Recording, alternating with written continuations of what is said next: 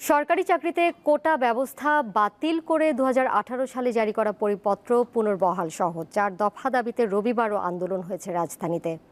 আন্দোলনকারীরা রাজধানীর শাহবাগ সহ বিভিন্ন সড়ক অবরোধ করে। এতে যান চলাচল বন্ধ হয়ে রাজধানীতে তীব্র যানজট তৈরি হয়। ভোগান্তিতে পড়েন নগরবাসী। বৈষম্য বিরোধী ছাত্র আন্দোলনের ব্যানারে আন্দোলনরত শিক্ষার্থীরা দাবি আদায়ে বাংলা ব্লকেড কর্মসূচিতে অংশ নেয়। রবিবার বেলা 3:15টার দিকে ঢাকা বিশ্ববিদ্যালয় গ্রন্থাগারের সামনে থেকে মিছিল শুরু করে তারা। মিছিলটি ক্যাম্পাসের বিভিন্ন সড়ক ঘুরে টিএসসি হয়ে শাহবাগ মোড়ে পৌঁছায়। সেখানে তারা সড়ক অবরোধ করে।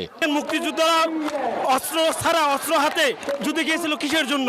বৈষম্য মুক্ত বাংলাদেশ গঠন করার জন্য, নব্য বৈষম্যের শিকলে এই বাংলাদেশকে বন্দী করার জন্য না।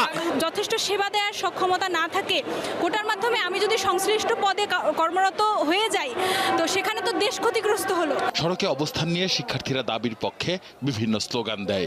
এতে বিকেল 4:45 থেকে আশপাশের সব সড়কে যান চলাচল বন্ধ হয়ে যায়। প্রতিবন্ধী কোটা অবশ্যই থাকা জরুরি, উপজাতি কোটা, এই দুটি কোটা অবশ্যই থাকা জরুরি। মেধার ভিত্তিতে, যোগ্যতার ভিত্তিতে সবাই তার নিজ নিজ অবস্থানে যাবে। যার যোগ্যতা নেই সে ক্ষমতার বলে বা কোটার বলে অযোগ্য হয়েও যোগ্য মানুষের জায়গা কেড়ে নিতে পারবে না। দাবি আদায় না হওয়া পর্যন্ত আন্দোলন চালিয়ে যাওয়ার ঘোষণা দেন কোটা বিরোধী শিক্ষার্থীরা।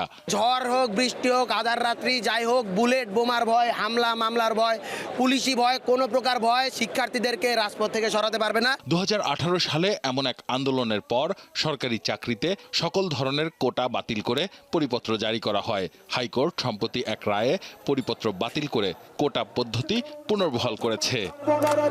আসিফ জামান, দীপ্ত সংবাদ, ঢাকা।